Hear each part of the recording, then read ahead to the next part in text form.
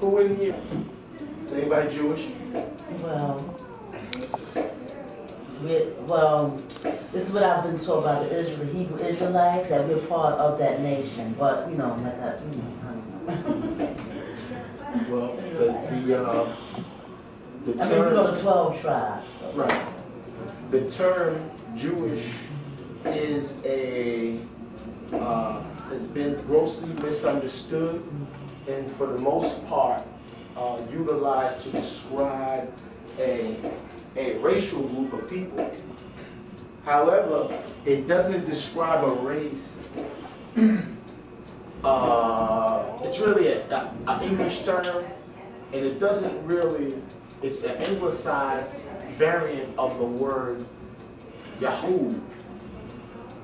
And what I'm driving at is that the fact that we say that we're not Jewish is indicative of the fact that we can't see ourselves in the historical experience.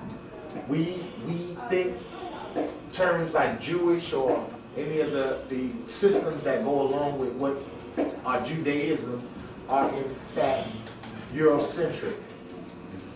And we are now lending support to a new era where we no longer even want to participate in studying anything outside of what has been presented to us as being culturally and cultural affinity to our blackness. Now, every world religion, there's no such thing as a localized country or continent that is the one that has the monopoly on all spirituality. Spirituality is a through line, it's a spirit, it's a frequency that funnels itself through every living entity on the planet. Everyone has a spiritual practice all over the globe. The through line connecting all of them together is astrology.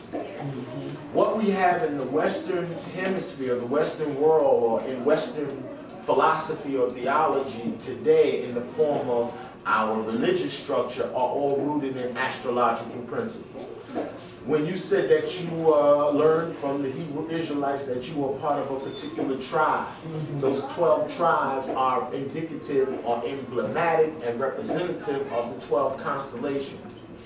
The 12 constellations are a delineation or a means by which to separate the sky for the understanding of those who see a bunch of constants. They were able to observe constants in the behaviors of the stars, that they did the same thing oftentimes during the same period. So through charting the stars, any civilized society that has anything to do with any type of stellar cosmology, they have to be working with a body of information that predates them at least 60,000 years in order for you to correctly chart various structures in the sky and to develop myths that imbue your knowledge of that. Now, what we have in the form of the Bible are traditions, mythical, and their origin of astrological principles as to what astrologically occurred in particular regions or particular times throughout the year. So all of those stories are a recapitulation over and over and over and over again on the manner in which man becomes man by way of his celestial source and light.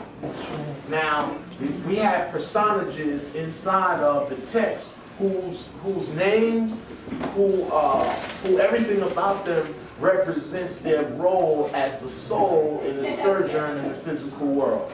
For instance, I'll speak because I want to go into something specific, and I'm putting this message out there to my brothers who are in the lodges of Freemasonry all over the world, that until you delve into your Freemasonic lore from the Kabbalistic perspective, until you delve into the why is your Freemasonry supported by the Bible, and if you remove the Bible, you would have no Freemasonry in the Western role.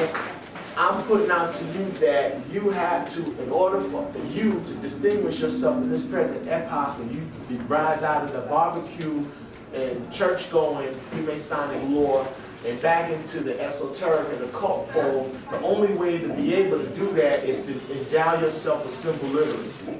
So today, we're going to speak about, in particular, because it's going to segue and come back to astrology, we're going to speak about, hold up.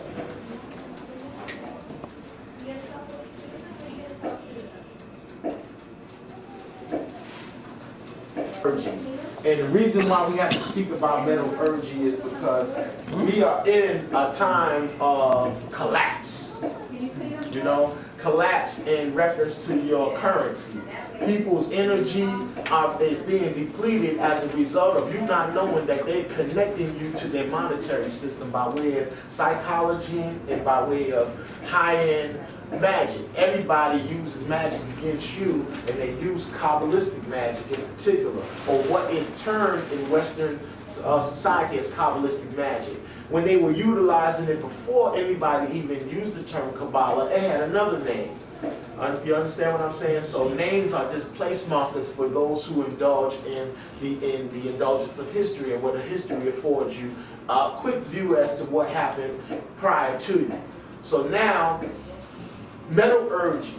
Now, when we go to the Bible has various personages that have various functions. The one that we're going to speak about in particular, because of his role with the Ethiopian mythology, is Solomon. Now, why did I say his role with Ethiopian mythology?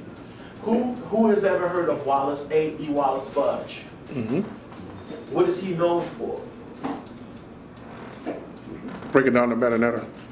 Right, his work with the Metunet. Mm-hmm. Now, he was also instrumental in translating other texts from the region. He translated the texts of Zosimos, which were connected to the Gnostic vein of information. Now, when we take a look at Gnosticism, we see that Gnosticism stands as it's like, you ever been, it's like a portico. Before you get from the outside of the building into the inside, you gotta go through a little enclosure.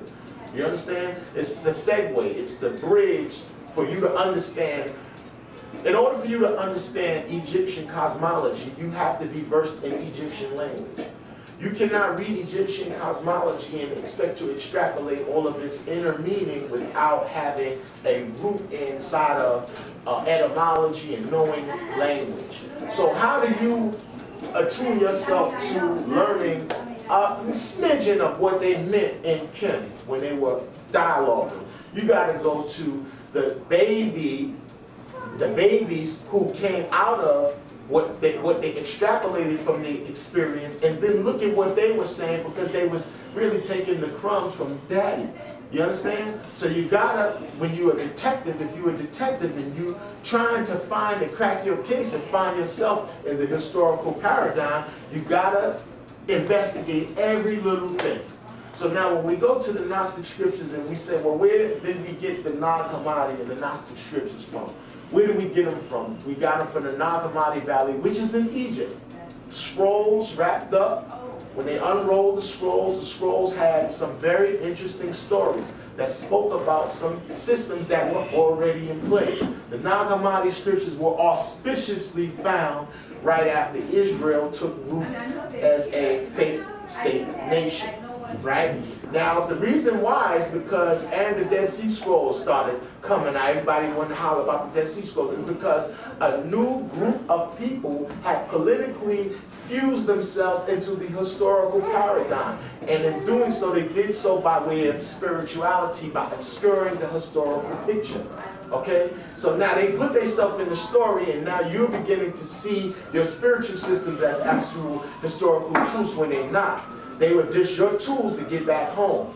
Now, when you look very clearly, there is a distinct nuance that connects these structures to let you know that they're yours. There's an emphasis on weddings and marriages and the coupling between men and women, right? The Gnostic scriptures, it speaks about, it bends it, but it speaks about a woman bearing a child, right, without God's permission, right, bearing a child, right? Then when we go to Kim, we see that around the cosmology of Asar and Heru and Aset, there is the story of the sexual act when Asar is dead, right? Sex again, right? In order for it to come about, they had to use a magical implement to reinvigorate his lost phallus, right? So here is another system of sexuality involved, right? And then when we get to a very sexual book in the Bible, is called the Songs of Songs, the Song of Solomon. Song. Mm-hmm. So Song of Solomon is akin to almost being a porno novel from that era. Mm-hmm. Okay, but what is the preoccupation with sex? Why is sex so much of a significant aspect of it, of the through line connecting all the stories? And what does sex have to do with the zodiac? Mm-hmm. Now, my purpose of teaching is to teach people how to use your mind to control the circumstances surrounding your life. There you go. There's nothing else to teach. If you're teaching anybody anything that does not empower them to control the circumstances surrounding their very existence, you are wasting their time. Yep. Okay? Mm-hmm. Now, history is a beautiful thing if it can allow you to control the circumstances surrounding your life.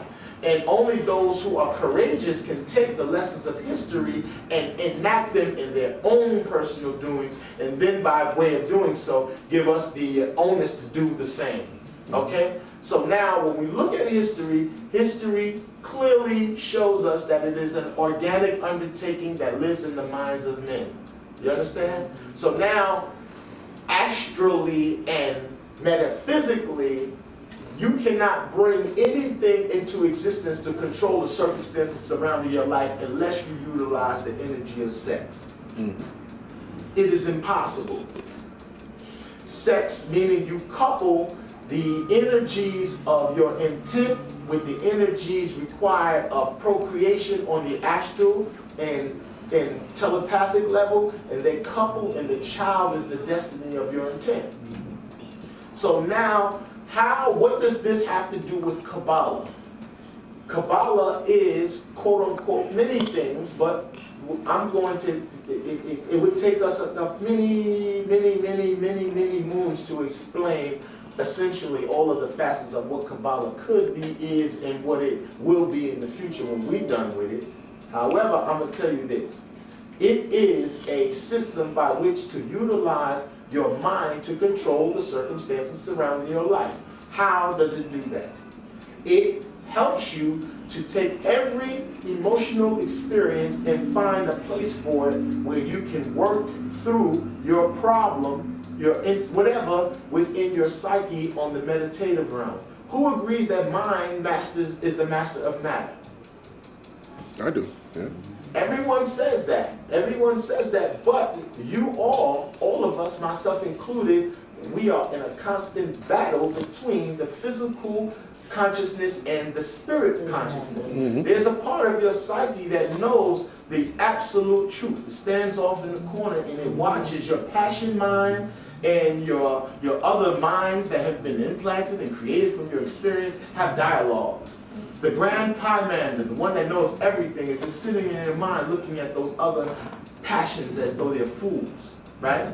So he knows that the work can't be done because they're having an argument, right?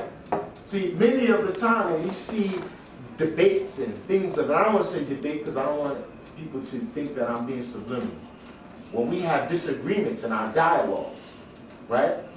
Unsafe communication. Many of the times the unsafe communication is going on within the person. When you speak a thing, you are automatically expressing your greatest thought. Mm-hmm. Whatever you into, that's your best thinking. If you can't pay your rent at the end of the month, that's a product of your best thinking. Okay? No, there's no other way to see it. Okay? So now, back to the marriage. Now, what do we intend to marry in order for us to come down and bring down our intent in order to control the circumstances surrounding our life? We have to identify within the psyche the dualisms involved within everything in existence and then mingle them in our magical implements.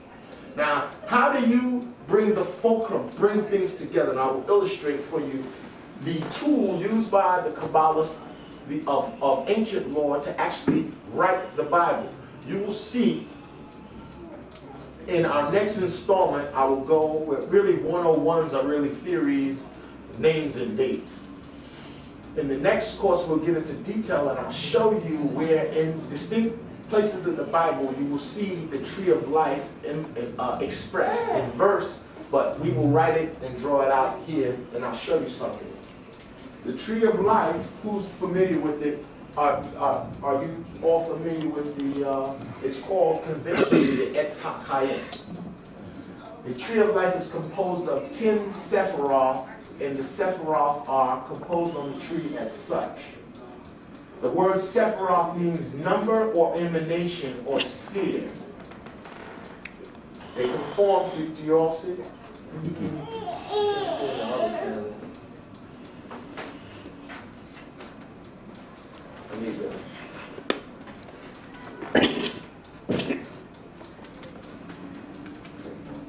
Now, the Etz HaKayim is composed of 10 Sephiroth. Now, the 10 Sephiroth are laid out in this fashion. Now, the Sephiroth in the Tree of Life is actually a meditative tool, one used by those who look at it to organize their thinking in order for you to come about to a clear, coherent, crystallized idea. Many of us have emotions and feelings that we cannot vacillate, that we cannot funnel to their proper area where it can be addressed and harnessed. So a lot of our thinking is fragmented. People throw a dilemma at you, you don't know where to compartmentalize it in order for you to deal with it. So now, the Tree of Life it appears in this fashion. However, the tree does not work. It does not work, nor will it ever work unless you split the tree into 4 distinct worlds. These are the 4 worlds. Do you have another color besides this as well? Mm-hmm. Now these are the Sephiroth. My tree look kind of drunk. Drunk ass tree. Here we go. Look better, right? Mm-hmm. Okay, good. Now, this tree will not work. It's fancy, just look cute when you're looking at it like this until you break it into its 4 distinct worlds. You cannot make the marriage and create the descent or the birthing process until the 4 worlds are created or manufactured. Now, the 4 worlds are emblematic of the great deific force spoken about in the biblical text. When you go to the book of Proverbs, chapter 1, verse 7, it says, "The fear of Yahweh is the beginning of knowledge." The fear of Yahweh is the beginning of knowledge. Okay, I'm going to write that out in the Hebrew, and then we're going to go ahead. How does that translate? Because in the Bible it says the fear of the Lord. I'm going to write it out in the Hebrew and show you. Okay. The fear of Yahweh is the beginning of knowledge. Now, Yahweh is his distinct connection to the tree of life is in this fashion. You write Yahweh's name in this manner. Yod, He,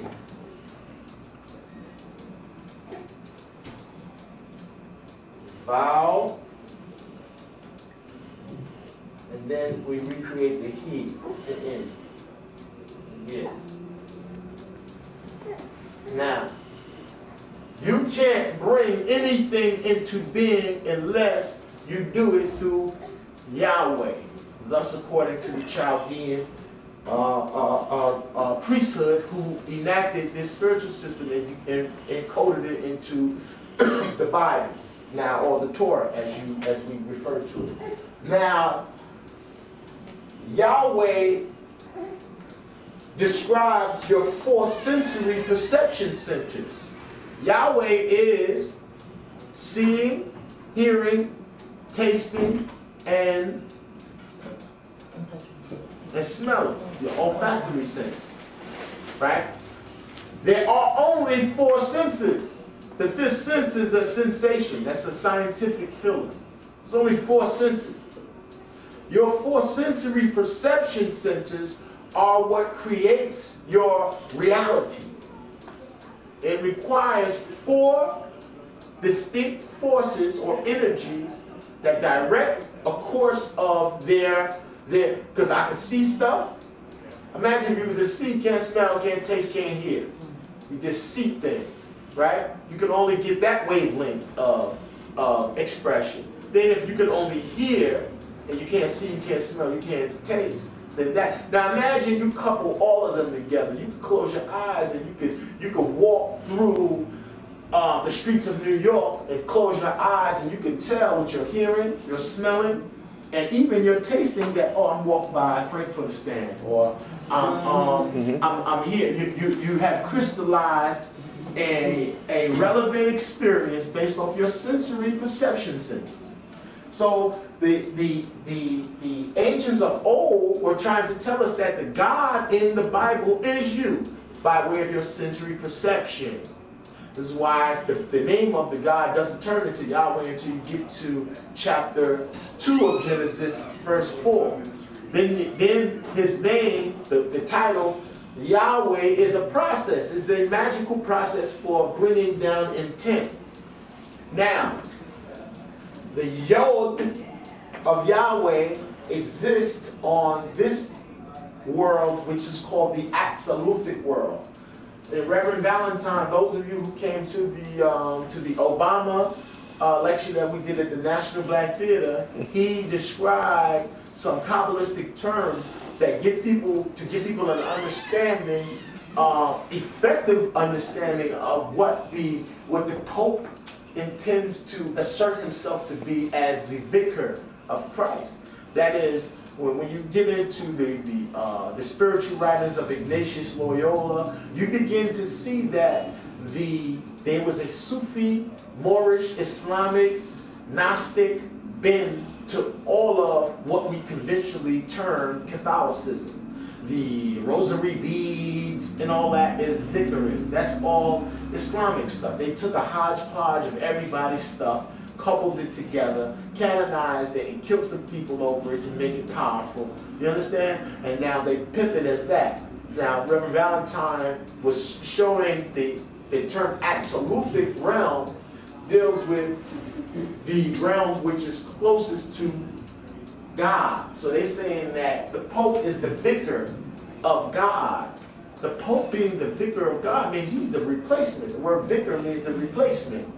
So he is the physical personification. So the first personification of deity in the physical apparatus exists in absolute. The root of the word absolute means atzel, means the closest to, that which is the closest to. Now, absolute is occupied by one Sephiroth. This Sephiroth is called Keter. You spell Keter K-E-T-H-E-R. However, I want you all to spell it this way. K-T-H-R. K equals 20. The TH equals 400. And the Resh, or the R, equals 200. Now, I want you to add those numbers up. Add up the 20 plus 400 and 200. And whoever gets it first, tell me what.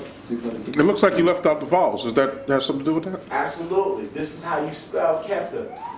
However, what we're going to bring up in the other class is that the words for the Sephiroth, except for 3 of them, are approximations to certain numbers.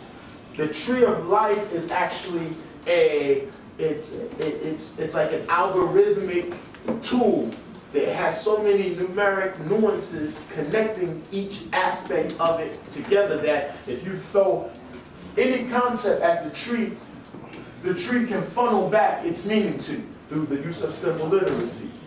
Now, back to bringing down things into the physical world. Now, it's very significant why the Sephiroth of Absolute is called Keter, and it sits up here by itself. Keter means crown. However, crown is, to me, not the appropriate title, for the simple fact that crown, it really means to circumnavigate, or to have a circumference. When you put a crown on, you circle your head. You understand? So now, when we look at the word, it equals 620, right? Now, 620 is very significant because the ancients of old know that in order for magic to work, it had to be mathemagical. Because mathemagic principles are the principles that don't never fall off. You can't break math. You heard? That's one law that you can't break. Math will break you before you are able to break math. So why did they make the crown equal to number 62 or 620? Because they use different variants to express the term. The number 620 is 1 over the prime of which is 619, right? Prime number equivalents are very significant because a prime number can only be divided by itself, right? Or numbers equal to its distributed parts. You know what I mean? So prime numbers are very significant numbers. So our ancestors would utilize numbers for a very propitious reason, to connect something beyond your very constituents. You are a number in so many ways, it's ridiculous. In order for me to transmit anything to your inner core, the aspect of you that I can get the most response from on any level, I direct numbers to you. That's how I can get right, because you emit the sound middle C. It's like you the middle key on the piano all the time. So if God comes in the Word, right? If God comes in the Word, then we'll see as the class progresses that sex coupled with the energy of, coupled with the word, the enunciation of your intent is, all, in a sense, all of what magic entails. Okay? It's making your stuff clear. So now Kether equaling 620 is a number form of the number 26. 620 is a number form of the number 26 when we jumble it. We put the 2 here and the 6 there. Now what's so significant about number 26? Because, well, it's the number 8, and the 8 is also a significant number. When we add it in that manner, yes. Yeah. But the number 26 is the only number in the universe that exists between a square number and a cube number. So now Yahweh exists between a square number and a cube number in the middle of the tree of life in this fashion. The first Sephiroth is Kether.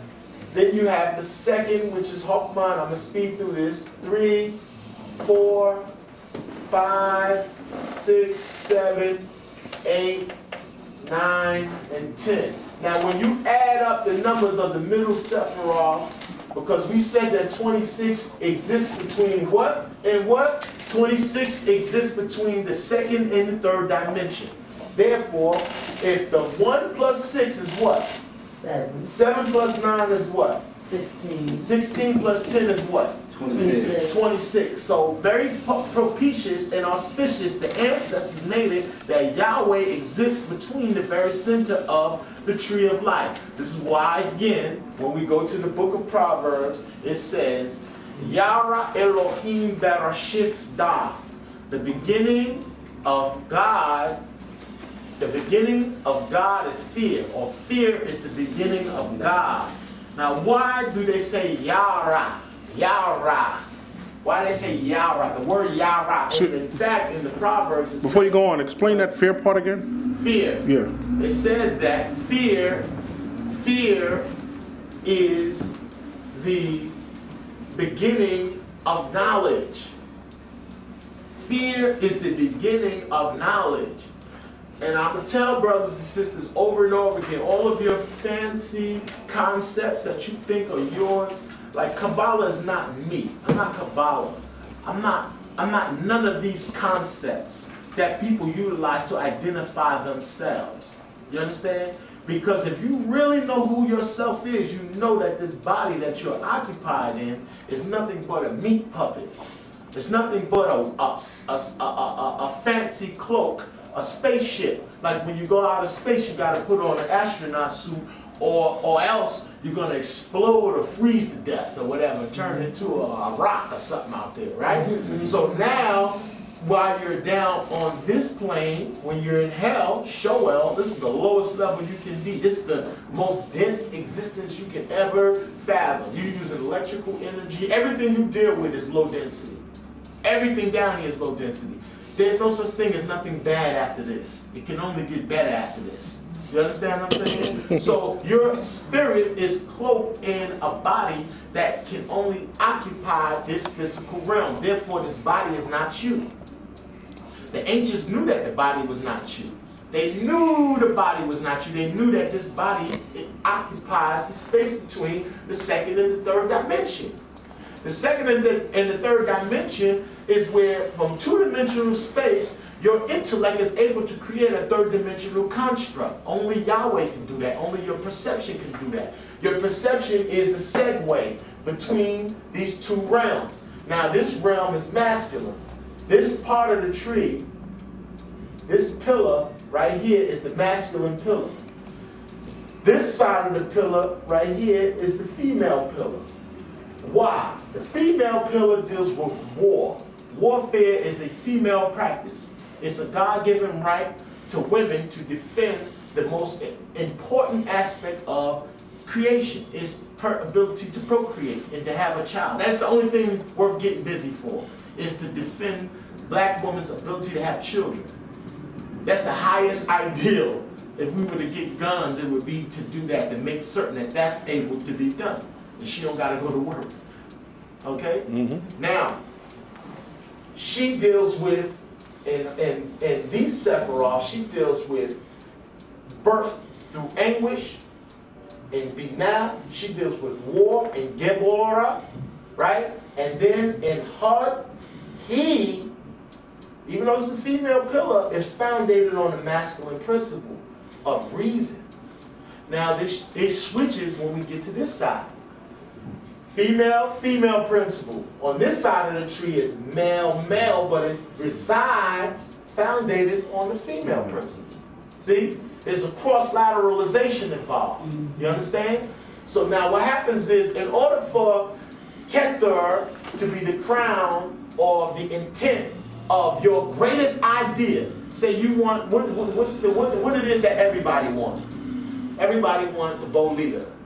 They want a few dollars. Yeah, money. Because they know that shit is a lie. Money can buy you happiness. Right? It can make you happy. I think I ain't trying to hear that. I think that what they want the most is sex. Yeah, well, it depends on your constitution. But even currency, even having currency, and even having a few dollars, it endows you with the ability to have that, all of those things that you want to gravitate towards you. Even if you ain't got a bankroll physically, if you look like you got a bankroll and you feel like it inside yourself, you ain't second guessing yourself, checking how you look and how you feel, because people can notice that. They know what you're working with in your current, and what's your worth and your ability to net and bring that goodness to you. You gotta feel yourself. So sex is very significant, and that also many of us in the Sephiroth that speaks specifically about sex all the time is the ninth Sephiroth. Now look where it's auspiciously situated. It's situated right over the 10th Sephiroth, which is female. This is where we on Easter today.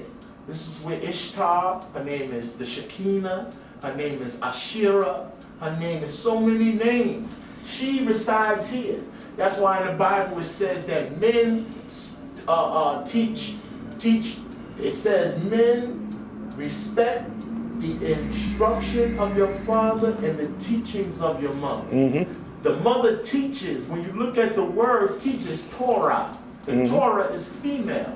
The adept who wrote the Torah, or the group of brothers who wrote the Torah, said that the woman is the book and that her secrets are like unleashing parts of her naked skin. So the rabbi is the one making love with the Torah all the time, looking for her to expose herself to him. You understand? So there's the sexuality aspect of it again, because it's all about connecting the energies from Keter and bringing it, realizing it into the physical realm. Very significant. Now, I didn't mention this, I'm mentioning it now.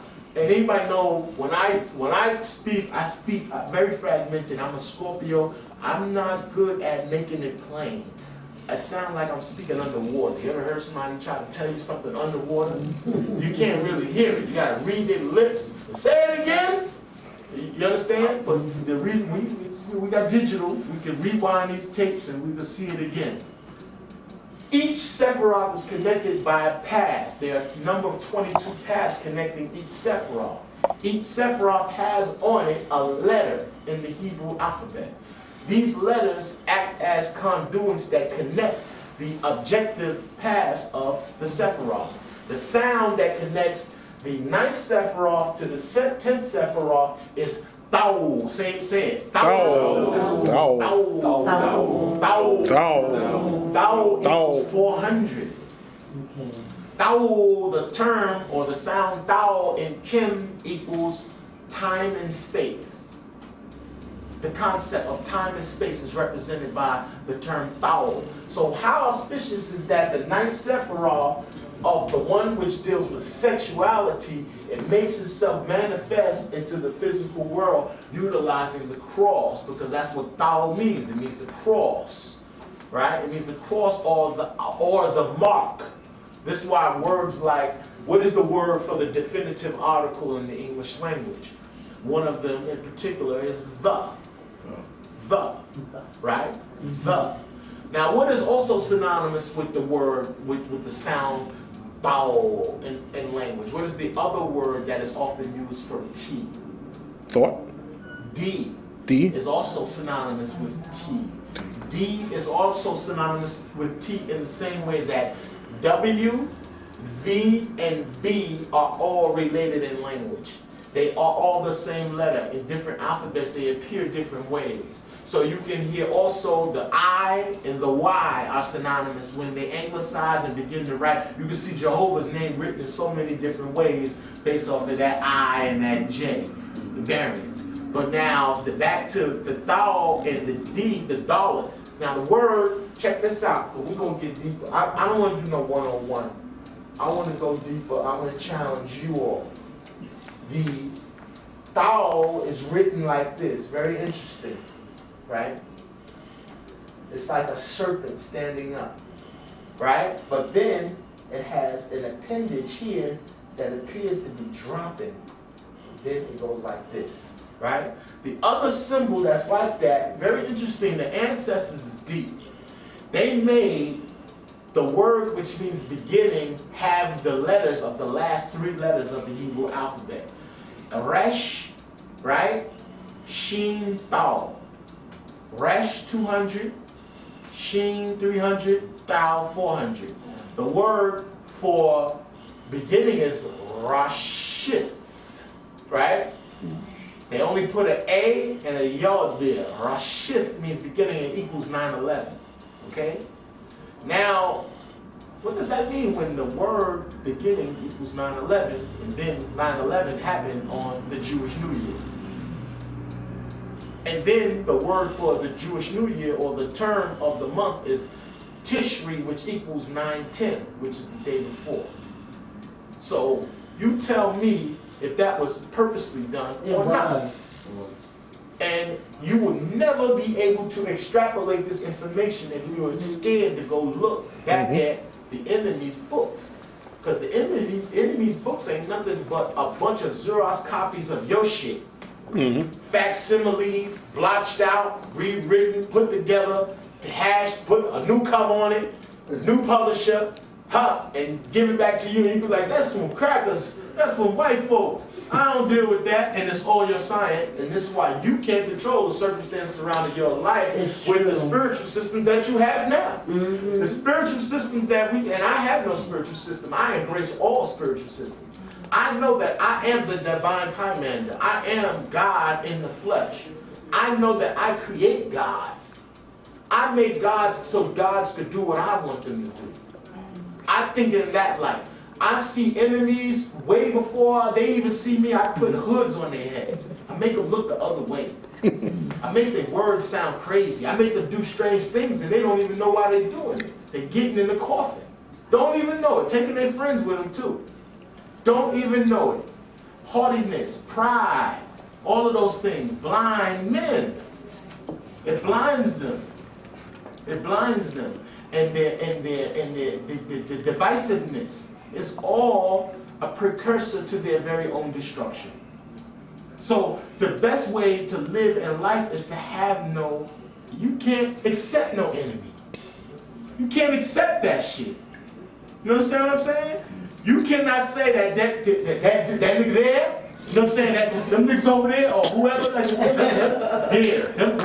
because what you do is you automatically, if you perceive yourself to be a significant person, you automatically put these people, you give pigeons an upgrade to eagle shit. And they both birds, but they don't fly in the same latitude. Right? Eagles shit on pigeons. So why would an eagle call a pigeon up to come fly with it? Right? It's almost impossible. Anyway, we all admire. All these stuff is illusion where people are thinking that there's competitions or to even think that there is a competition. What creates this, and this is what fuels the dynamics of this society, this fake illusion that there's a conflict. But the person who means the most in the whole existence is you. I am nothing without your permission in your realm of perception. Yep.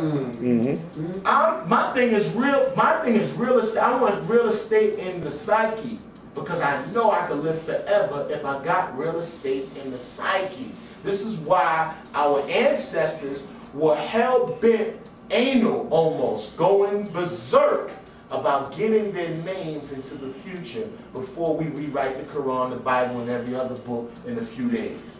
Okay? We are going through aeons of change. The ancestors put themselves from the past into the future in our minds so that we can take them through the galactic center.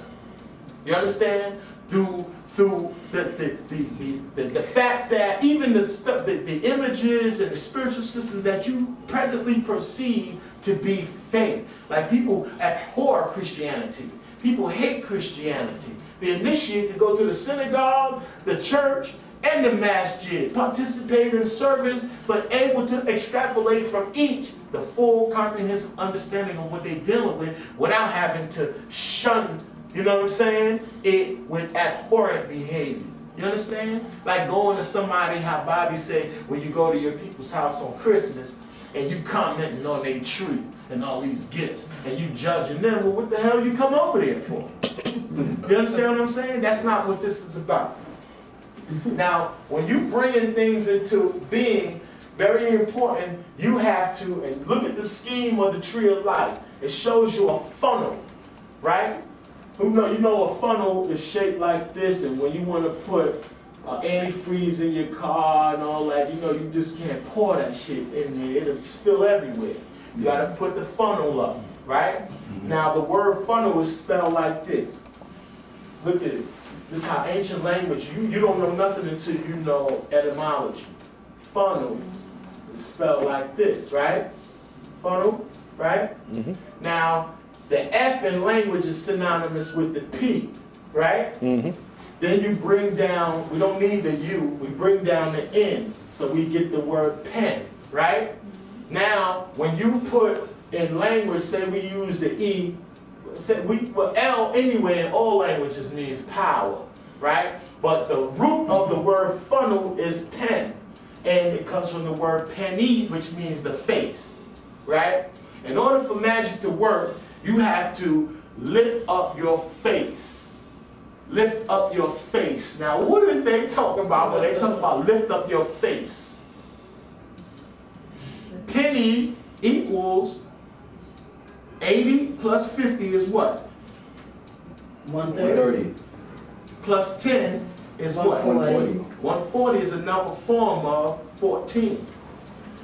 14 was the 14th piece missing. The 14th piece missing was the magical implementation of sexuality. Doesn't have to necessarily be the external in and out. It could be the sexual energy generated within oneself. Raise up your face, right? Let me show you something. Egyptian Book of the Dead, the crackers call it, right? Book of Coming Forth by Day, very interesting passage. It says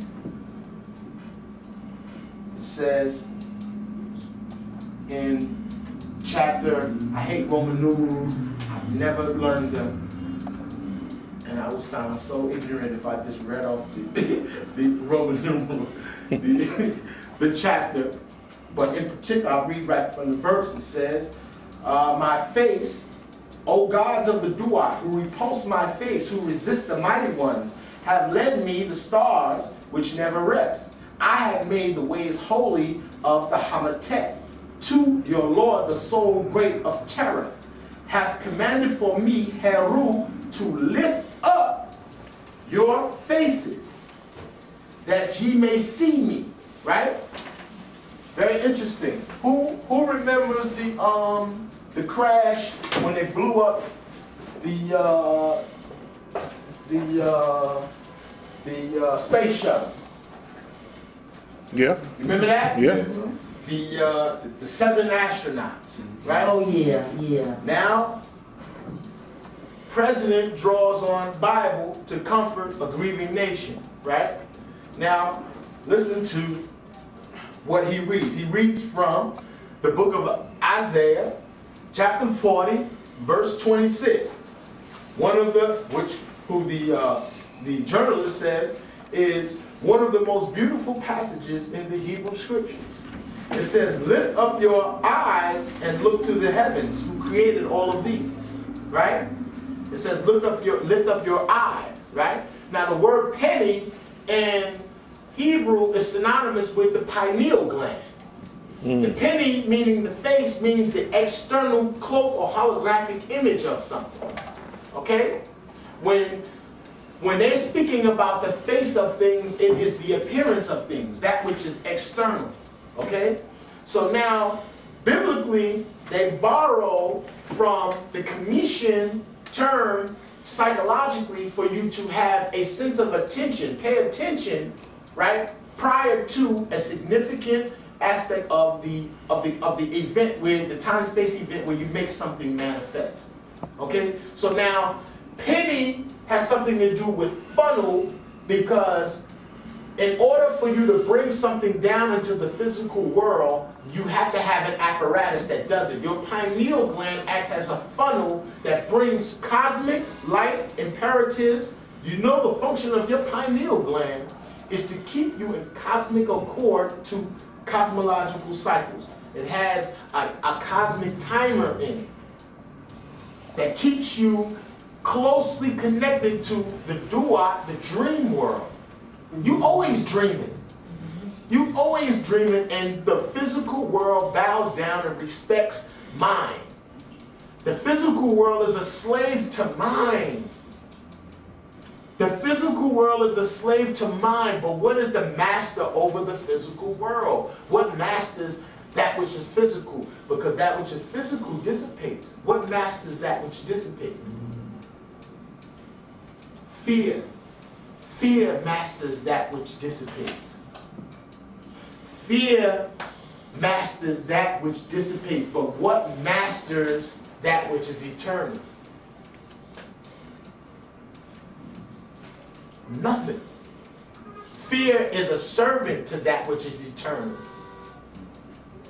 but it destroys that which is what? Temporary. You understand? So the funnel that brings down, this is how they turn on your pineal gland. Because if I could get your pineal gland activated through imagery, I can make my idea manifest in the physical world. Say my pineal gland is calcified. You know, I ain't got enough melanin. You know what I'm saying? I can't holographically create how you guys create. You know? Even though if you don't know nothing about nothing, you ain't gotta know nothing about nothing. You ain't never heard of me, Azariah, nobody. You never heard of nothing. But you are more powerful than the melanin-less, and you more powerful than those who cannot holographically create their own destiny. So what they're going to do, they will create a horrific event to stimulate your penny, your face, to awaken your pineal gland, and use it as a funnel to descend, to bring down all of their intent. You are the one that makes everything physical come into being. Why do you think, let's go back to Freemasonry. Freemasonry illustrates beautifully the intent of and the great wisdom of the mythical Solomon. He had to do something that his father couldn't do. His father was a great king, but his father was a man of war. His father, as the man of war, his name equals the number 14. Dawood is David. Dawood is David. Say it. Say Dawood. Dawood. Sounds like Dawood. Yes, it does. Doesn't it? Mm-hmm. Because the letter Daleth in language equals door. It means door. You got to come in through the 4. That's why the doorway got 4 corners. The Daleth. You come in through the 4. Right? Now, what's the last letter of the word Daleth? It starts with a D, it ends with a thou. So you got to come in through the 4 and exit on the 4. Huh? There goes that 44. Right? Then they Nelson Mandela, my man. We don't have no symbol literacy. Let me go back to King Solomon. King Solomon's temple is manufactured off of the knowledge that all physical structures are made after the female's body. The ancients of old, there is no King Solomon's temple. There's no such thing as King Solomon's temple. King Solomon's temple is a holographic template for meditative purposes, working on what's called in medieval times, they used to call it the art of memory. And old Moors used to practice this. If you want to really get into its use in the narrative fiction, Thomas Harris used it in, I believe, the book Hannibal. Very auspicious. He uses it in the book Hannibal for one of the things that Hannibal Lecter knew how to do. And if you notice, he only killed you if you a piece of shit. He never was killing nobody that's good people. You understand what I'm saying? So he's kind of a heroic figure. You understand? So one of his practices in the book, right? And look, the opposite protagonist is Clarice Starling. You heard? That's a cult. I think her birthday is Christmas Eve. You heard? Read the books. And then they put them shit. Then they got a William Blake painting tattooed on the back of one of the assassins, one of the killers in the movie. William Blake is a huge Kabbalist. You know, he's the one that made the image of the Ancient of Days with the white-haired one, the father pointing down the 2 fingers as though they are the compass from Freemasonry. See that? He's sitting on the clouds and he's going like this down. That's a William Blake painting. That William Blake painting is supposed to see when in psychologically, white folks I know don't understand myth, because when they say, I want to be close to thy father inside the books, they automatically draw the father, a white-haired white man, because in their mind they don't understand the true import. They're talking about being close to your father. All of y'all have a father in here. I don't care if your father was a Rolling Stone. You love your daddy, don't you? There's a cleaving towards you and your father that you love about your father. You know what I'm saying? So spiritually, when they're saying that the adherent should be close to one's father, it don't mean that. Even in the biblical narrative, when they talk about Ham seeing his father's nakedness and was cursed, that's not nothing about no physical body nakedness. So now the woman body, the ancients knew that if I could make a physical apparatus, an architectural structure mapped after the body of the female, then I might be able to manifest God within the confines of that artifice. You understand? This is why they would go, and when you step on the porch, to my brothers who are in Freemasonry, you are stepping through the vaginal orifice when you go through the two pillars on the side. Both pillars equal the same number, right? The number 79. But they really cloak the number 77. The number 77 equals Oz. It equals goat or Oz, right? Now, the number 77 is super significant for mad different reasons that will belabor us to go into depth now, but it also cloaks the Islamic perspective and the slant on it. I don't even want to go there, because I don't want to go there yet. I'm going to go there at another time. However, I will tell you that the bronze pillars on the porch are emblematic of second, third dimension, and when you step into the vaginal orifice, those brothers who have sex on a regular basis, you know for a fact that if you go into your woman with your best thinking, right, whatever is on your mind that is significant, right, the bedroom is now becomes an altar and a palace for manifesting your greatest thinking. You can close your eyes when you're in the artifice of woman, right? And visualize, I swear to God, you see colors and shit. You see all kinds of shit. It's like, it's almost getting on a spaceship that's taking you to a whole nother reality, a whole different time-space continuum. And this is why it's very significant that brothers start getting back into the occult fold of things and begin to understand why you did what you did when you did it. Okay? So now, those bronze pillars on the porch are twins. They both equal the same thing, but one's name is Boaz and the other name is Yakin, right? Now, Boaz means the B in Boaz is the blind. The 79 is the blind. The true number is 77, right? Now, sevens is very significant in Freemasonry, and it is by way of the winding staircase and the 3, 5, and 7 steps, which actually represent 3 elemental forces.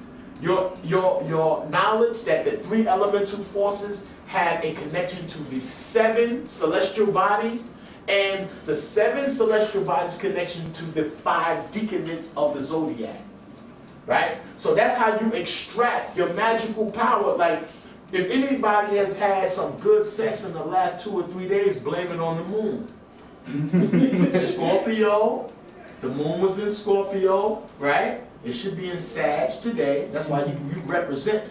Yeah. Should be in Sag today or maybe tomorrow, right? And you got your red on and everything. And you got your black on. Black and red is colors for war, straight war. When people come with that black and red, it's popping. And look, y'all, look, you got your black and your red on, and you probably don't even know why you wear some of this stuff. It's because your body, your physical body, has an intelligence that's attenuated to cosmic and celestial principles. You understand? So you are beginning to do things that don't even know why you're doing it. You know? So you can chart, and our ancestors knew that you can chart and create destiny. You can make something happen in the future simply by picking out the propitious days. Now back to the funneling. Let's do this funneling after about a 15-minute break. All right. That's it. So we're going to take a 15-minute break. Patronize the brother. He got all kind of goodies over there. We got goodies up Now, I want to show y'all something. Right here, I have a very interesting book that I bought in Philly at the Reading Terminal Market. Who's that? Yes, I've been there. Okay, when you go to Philadelphia, that should be for people in our community. You have to go to the Reading Terminal Market and then go off to Broadmary to the bookstore Black and Nobel. Those 2 bookstores The one in the Reading Terminal Mall is called Miscellaneous Libre, right? Like miscellaneous books, Libre book. And the other is called Black and Nobel. It's on Broad and Area. And always you can find Brother Ampu here, who did you remember Brother Ampu did the astrological autopsy on Hollywood? That's where he was at too, with his books and stuff. Now, I got this from the Reading Terminal Market. It is the Society of Biblical Archaeology's 23rd session. It occurred on June 6, 1893. So this is a very old book. The reason why I brought it out is because I want to show you this. At the time, these were by some of the foremost scholars in their field, and they have some very interesting entries in here regarding language, but something I found very important in reference to us speaking about Oz is Oz appears in ancient literature to represent strength, the goat, as well as the sun. The goat is synonymous with the sun. When they start telling you masonry is goat worship, it's evil. Occultism, witchcraft is goat worship, is evil. When they start talking about Baphomet, people don't know. That's the devil, ain't it? See, but that picture that they're depicting of Baphomet, the word Baphomet means Muhammad in Sephardic Hebrew. The Knights Templar are a fiction that are created by Western European occultists to be the heirs of the ones who held down the spirit-based intellectual prowess of the medieval age, or whatever age we were in, where we were in Europe doing the spiritual work. They tried to say, blame it on them. So they were persecuted for worshiping a deity called Baphomet. Something lost in the translation. Those are Muslims being persecuted for their practice of sorcery. West African Islam is replete with sorcery. There's no sunnah of the Rasulullah in those Western African little countries. They participate in innovation. They bring into the Islamic fold much of their own magical lore, okay? Now, in this book, let me read this, it speaks about a particular fragment in the cuneiform text that speaks about time. And the term Oz is used in the cuneiform, and he speaks and makes it synonymous with something very important I'm going to build on later. The archaic Babylonian form, which later appears as, and it is to be read Oz, and they put the cuneiform for Oz, is explained as Utuki, son of the earth, and is stated to be equivalent to Shamsu, the sun. That is to say, the goat, sun, the son of the earth, the morning sun coming up from the underworld or from the sea. Now, the solar goat god, Oz, is depicted as sitting on a throne watching the revolution of the solar disk, which is placed upon a table and slowly turned by means of a rope. And he is clad in a robe of goat skins. This is the priesthood. The sacred jets of the Babylonian priests. Okay? Whilst Sin, Samas, and Ishtar are set as companions in his sight. Easter, Ishtar. That is to say, it is the solar goat god, Oz, who presides over the revolution of the solar disk, which process brings into sight the moon, the sun itself, and the morning and evening star.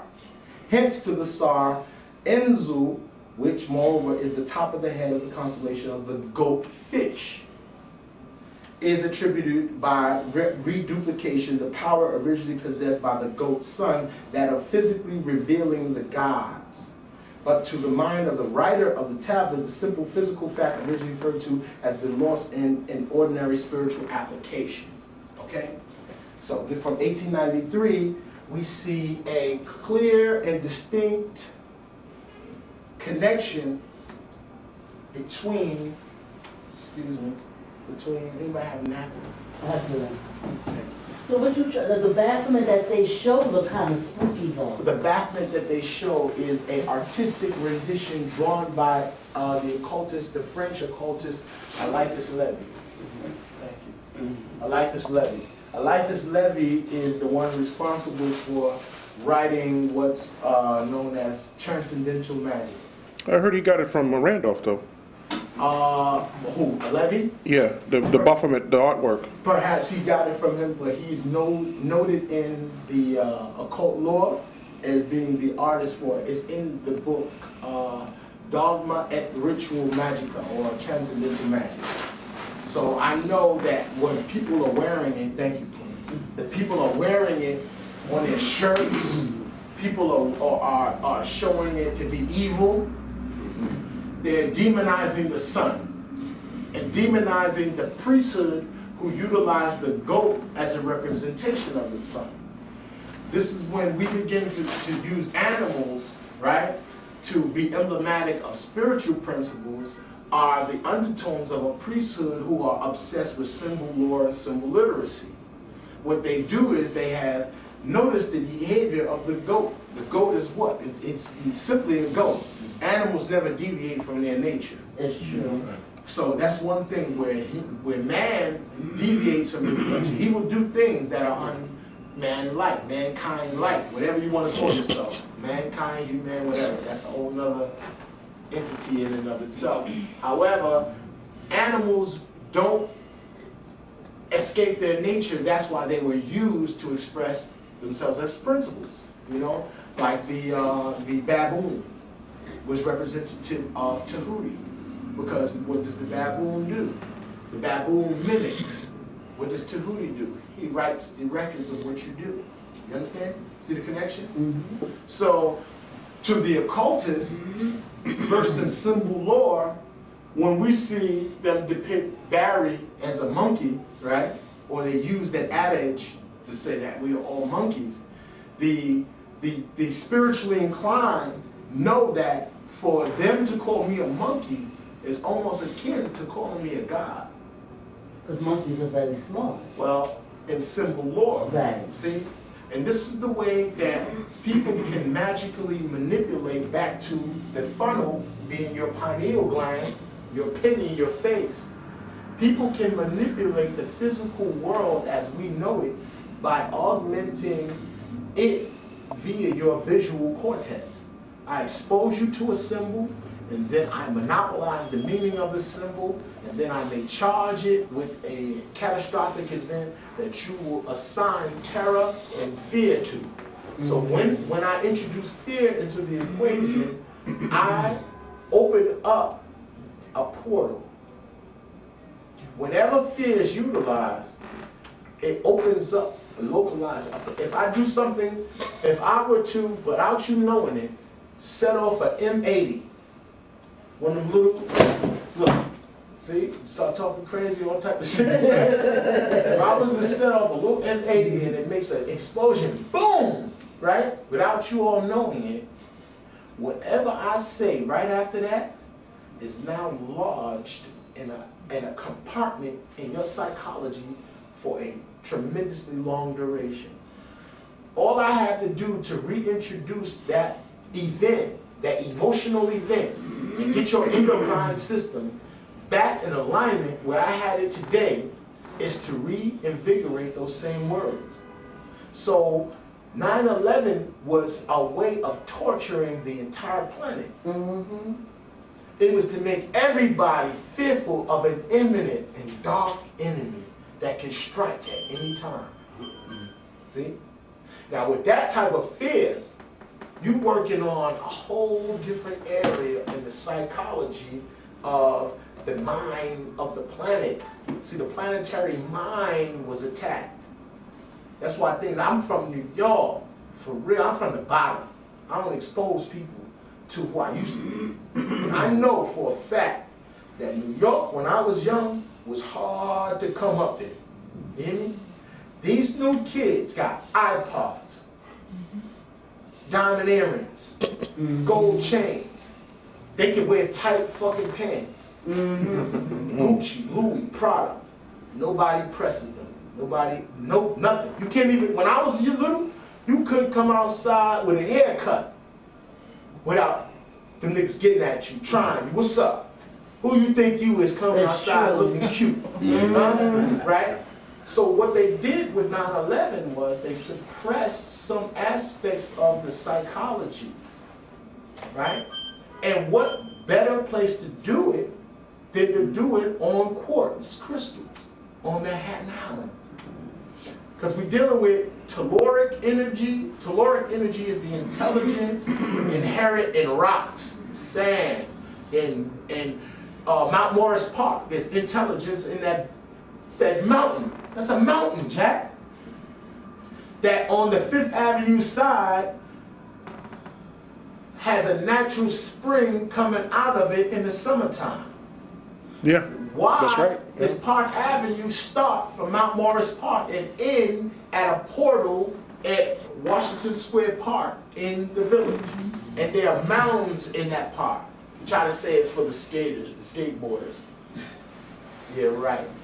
It could have been, all those parks were occupied by the indigenous people. Central Park, my brother did had been exposed to some significant information pertaining to Central Park, and black people used to live in Central Park, had a community there and homes there, okay?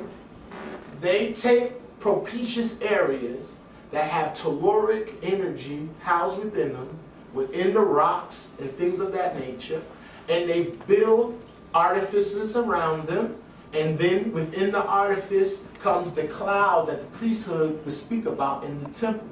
The cloud inside of the temple, and this is always spoken about all throughout the Bible, is the emanation of what fills the volume of the artifice. In order for us to have sex cosmically, I gotta fill up the space, right?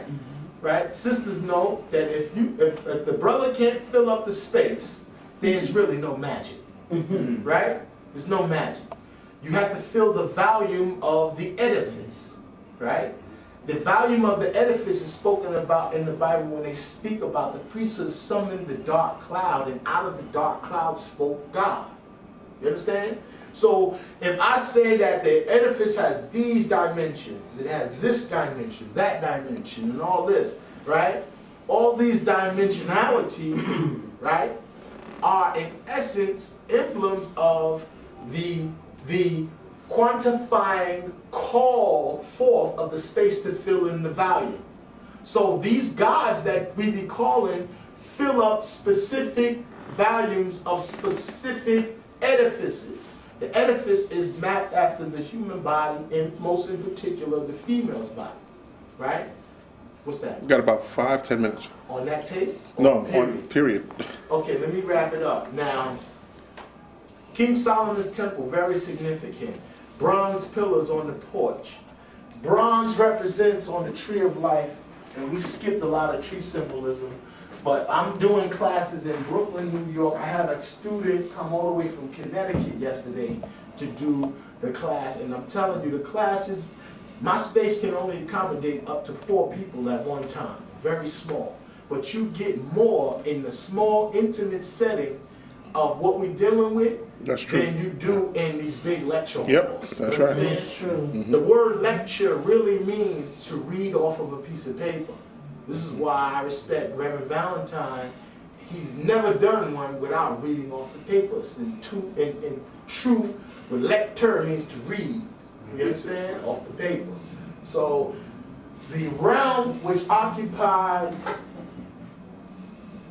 the bronze realm is this realm. This is the realm of Yetzirah, and it's called, and here we have Atziluth, Bariah is the second realm, and the third is Yetzirah.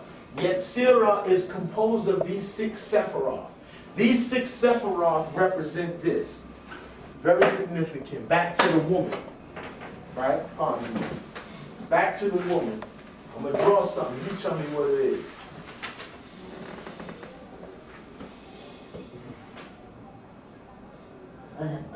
Oh no, not a hexagram. Or a square. What that is, brothers? Cube. That's that box. Mm-hmm. That's that box. Mm-hmm. What we call that thing, right? When we tell the sister, give me some box, please. Can I get a bump of that box? Right? That must be new, brother. I ain't heard that one. I'm way back. I'm going way back. That's new to me. You got to think out the box. Yeah.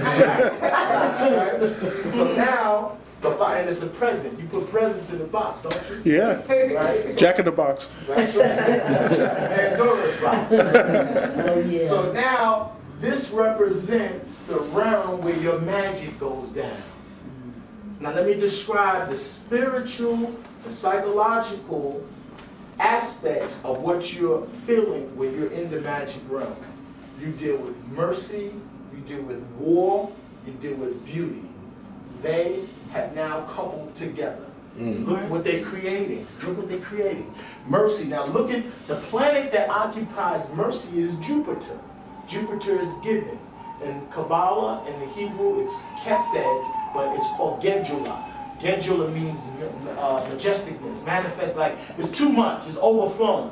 It's pop champagne, over. You get money, you're doing it, right? But too much of that'll kill you, won't it? Yeah. So you gotta come over here to Gebora. Gebora means no. Gebora means war. It means smite them at the neck. Stop playing with me. Let's get bored. You need that. Can you, too much of that'll get you in trouble, won't it? Mm-hmm. So what happens? It has to be polarized by its opposite. They formulate, in doing so, the funnel.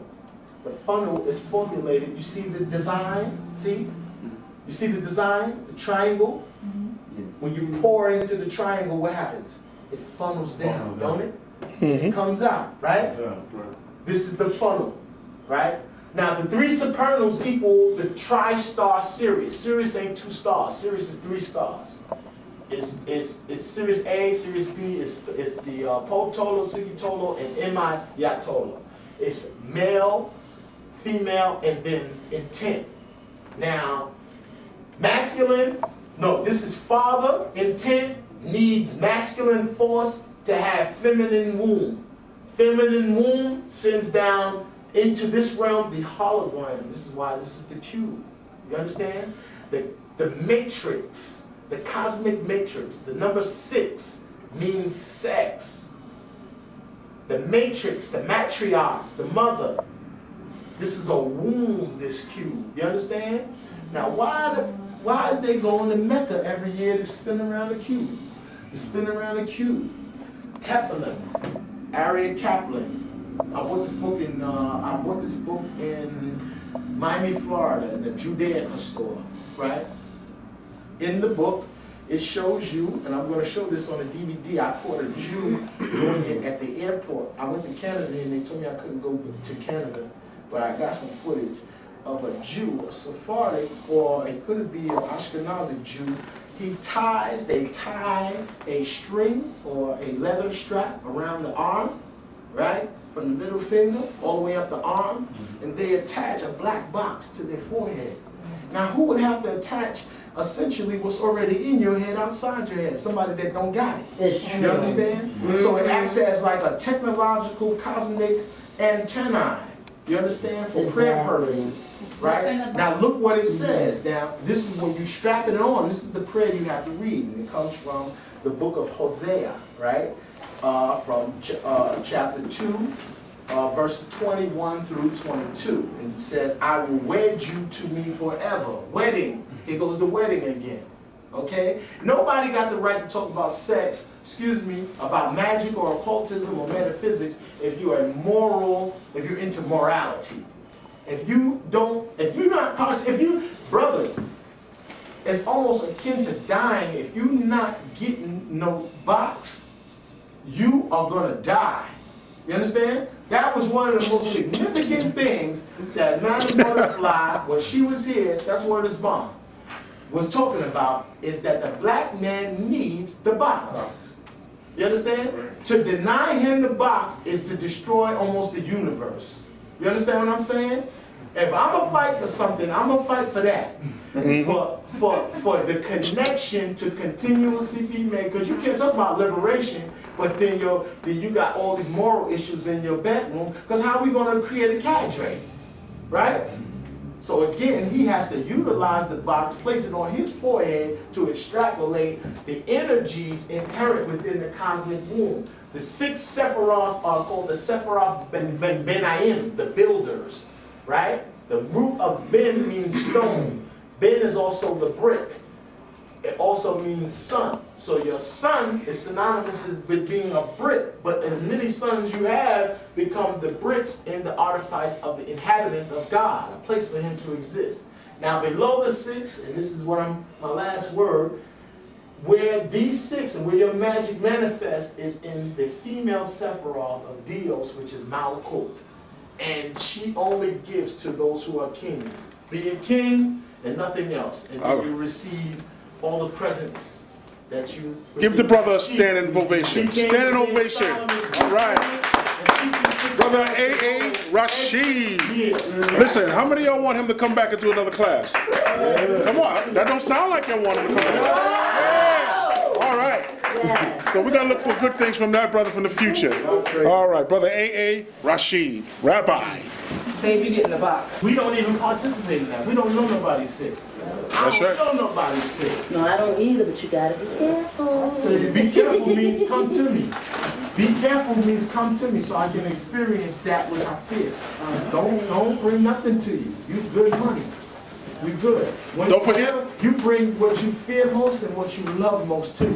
Right. The universe is the servant to your greatest thought. So don't be running and talking about, I don't know nothing about disease. This ain't that. Okay. All right. Don't forget, next week, guess who's here?